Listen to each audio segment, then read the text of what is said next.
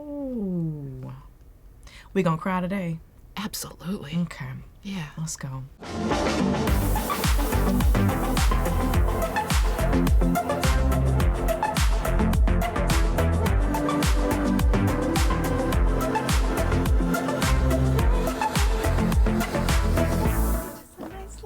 Oh my goodness.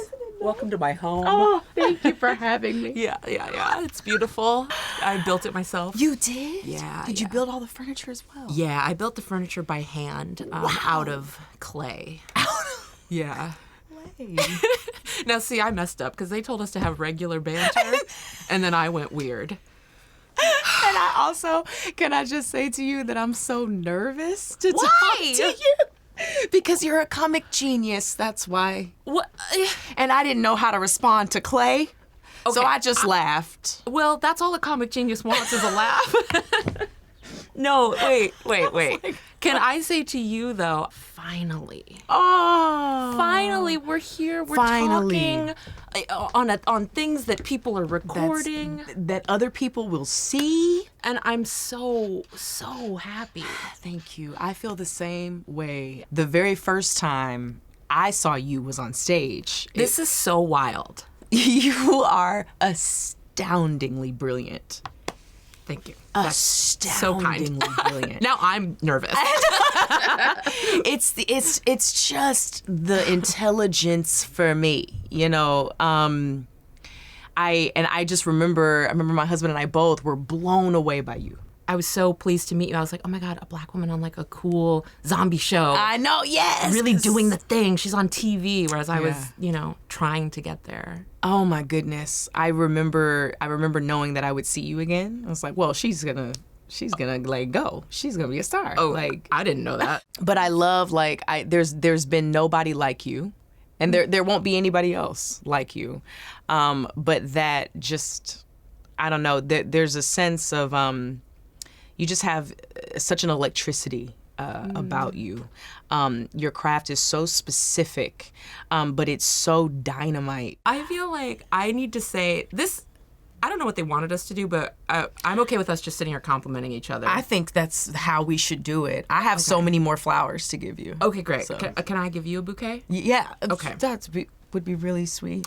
The bouquet I want to give you is about your on-set presence and the culture that you've cultivated there and the way that you lead, the way that you are a true North Star for your cast and for your crew.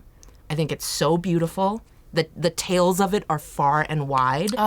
And I think in this business it is rare and should be rewarded. I always get really nervous when people say that because I am so grateful for it, and I'm so grateful for everyone for the words that they say. But then I understand that we all had equal share, and every link matters, and the only star is the story, right? When you first read the pilot, when you first read Michael Burnham, what did you think? Did you have that feeling of like, I imagine that feeling would be like, I'm finally kind of seen. Like, this is a well-rounded, flawed, complex, beautiful character that happens to be a black woman.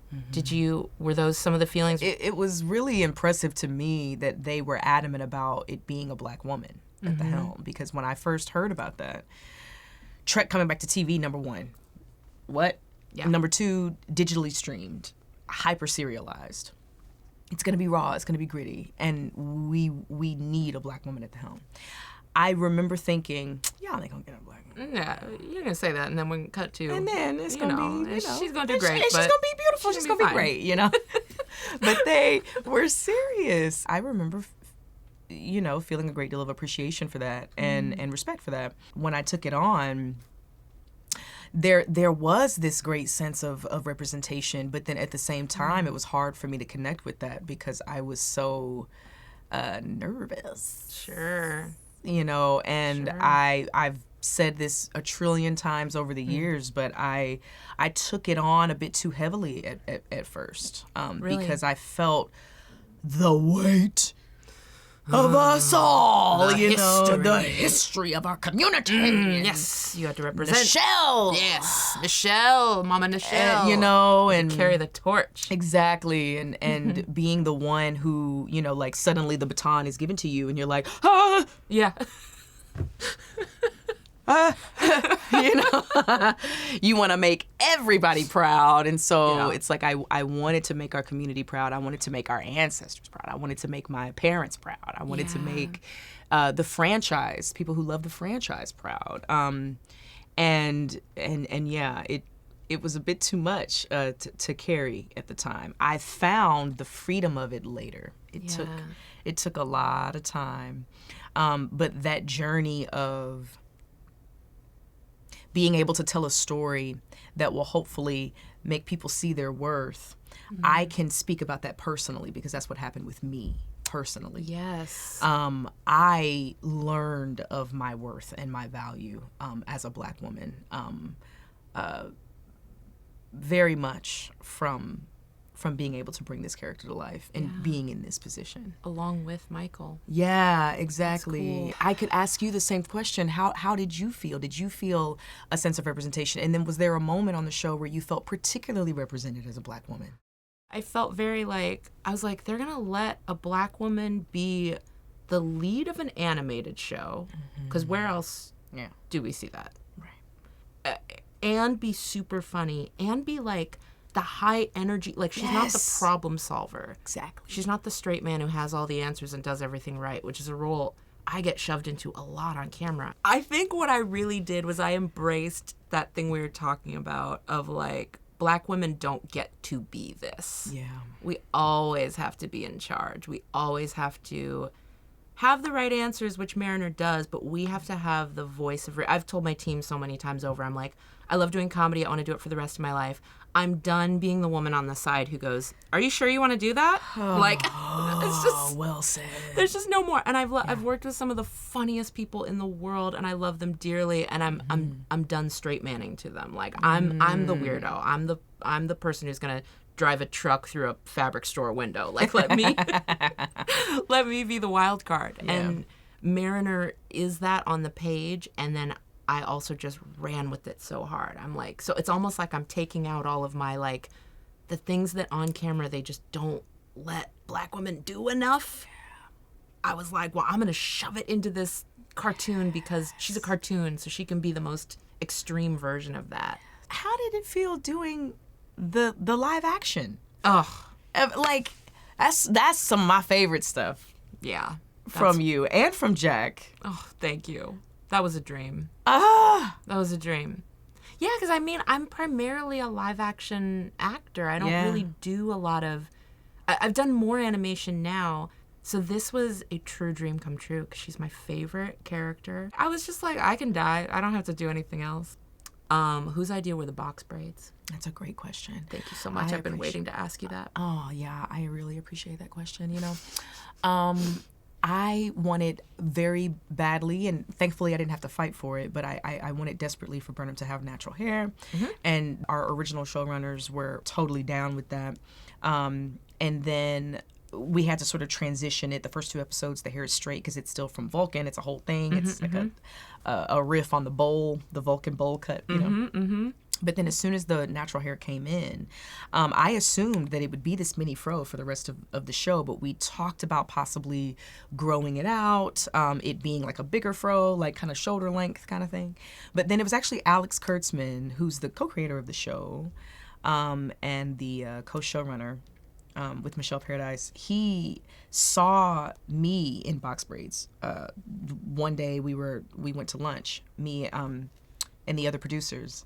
And he was like, aha, aha, aha. Yeah? Do you? And I said, yeah.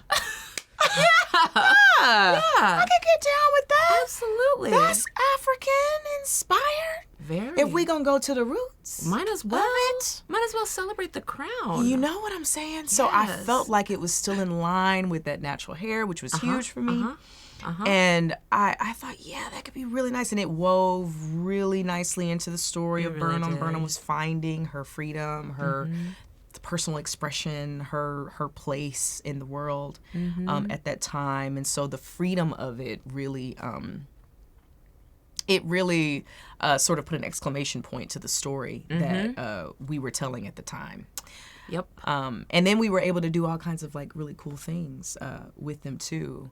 And one of my favorite moments of just, we've been speaking about representation this whole time, but one of my favorite moments was sitting down in the captain's chair for the first time. We did the braids in this really intricate pattern, and it was geometric and really beautiful for that moment in particular, sitting in the captain's chair. And then Alatunde Asunsanmi, one of our executive producers, he's also one of our favorite directors.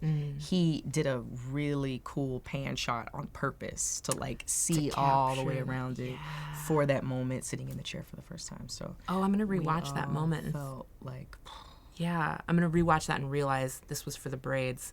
That's so yeah, cool. just coming around the head, just to be like, let's really highlight this moment and all of its facets. Yeah. You have to have drive. I feel like I've always had drive in this business. Yet there have been obstacles, and I want to hear about yours. Oh my goodness. What's a challenge? What's an obstacle? Whether you did it, whether you like beat it or not. I feel like a lot of people are like, what's an obstacle you overcame? I'm like, I kind of want to hear one that like maybe knocked you back a little bit. Oh, yeah. Oh, that's good. My collegiate career was really difficult at the University of Alabama in the theater department. I did not get any representation, really. Or let me not say I didn't get any. I got very little when I was in college, but that ended up being such a gift because I knew how to fight against that. I knew how to continue to have that forward momentum that we were talking about. And so I feel like because of the work that people have done before me, and because of the progression that had already sort of happened when I hit the scene, there are a lot of obstacles that I didn't have. You know what I mean? Yep. I mean, the very first thing that I did out of school in New York was the lead of an indie film. It was the very first thing I did.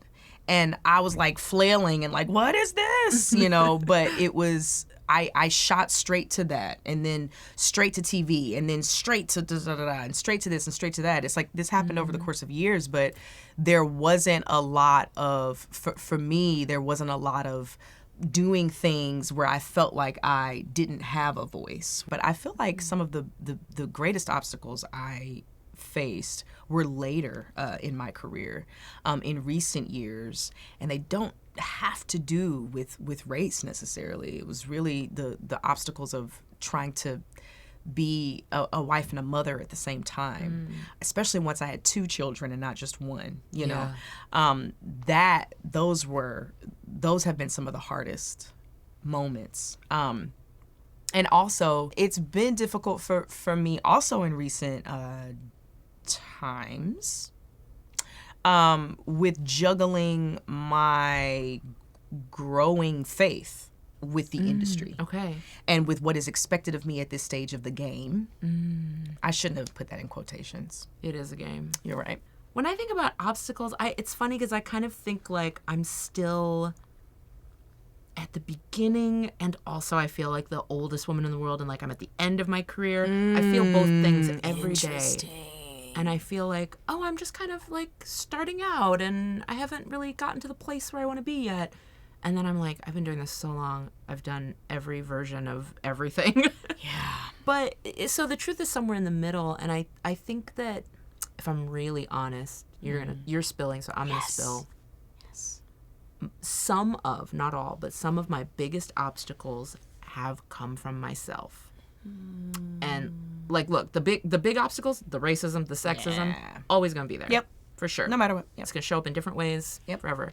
But trying to please and placate when I really didn't feel good about it, and then resenting later, that builds anger, that builds resentment, and then that becomes an obstacle. That becomes a stone in your own path that you had control over putting there way back when. I feel like a lot of those obstacles that we put in front of ourselves. That's such a word.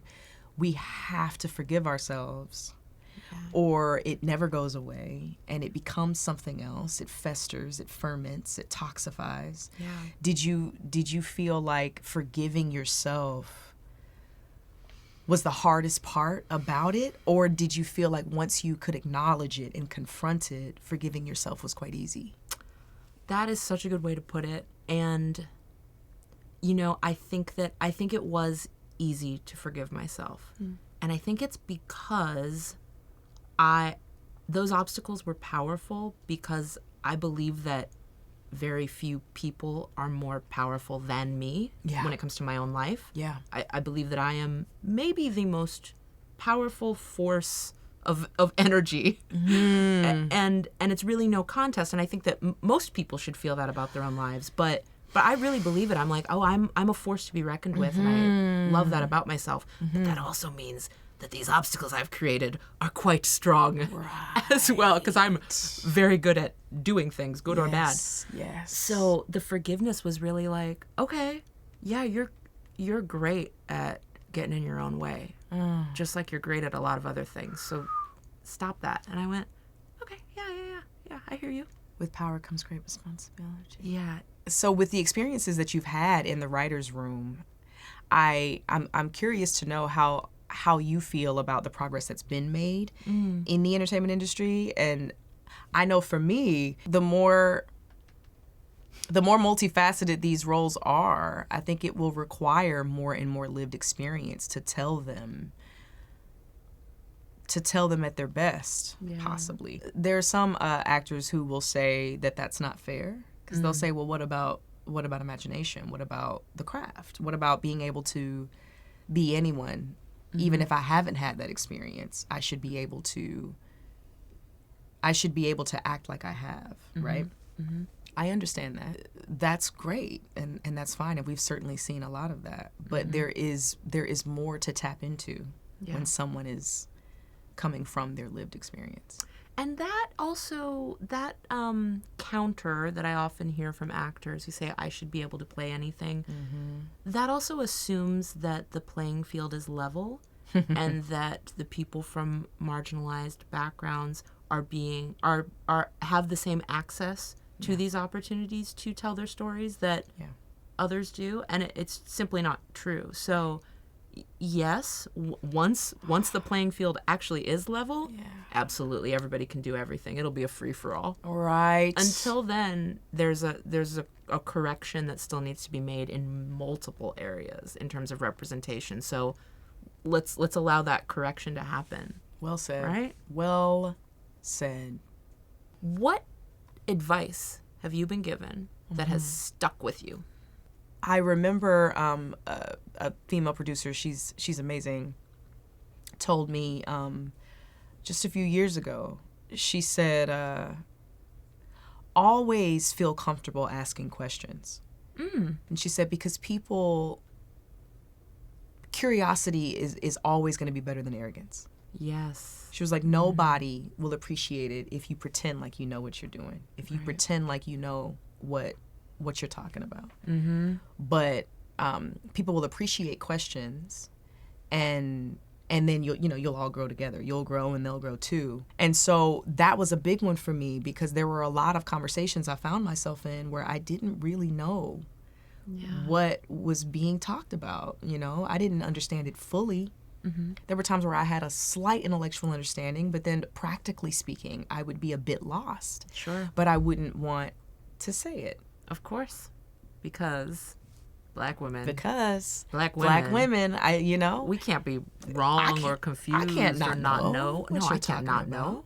I wouldn't be here if I didn't know. Thank you. I have been working twice as hard to get half as much.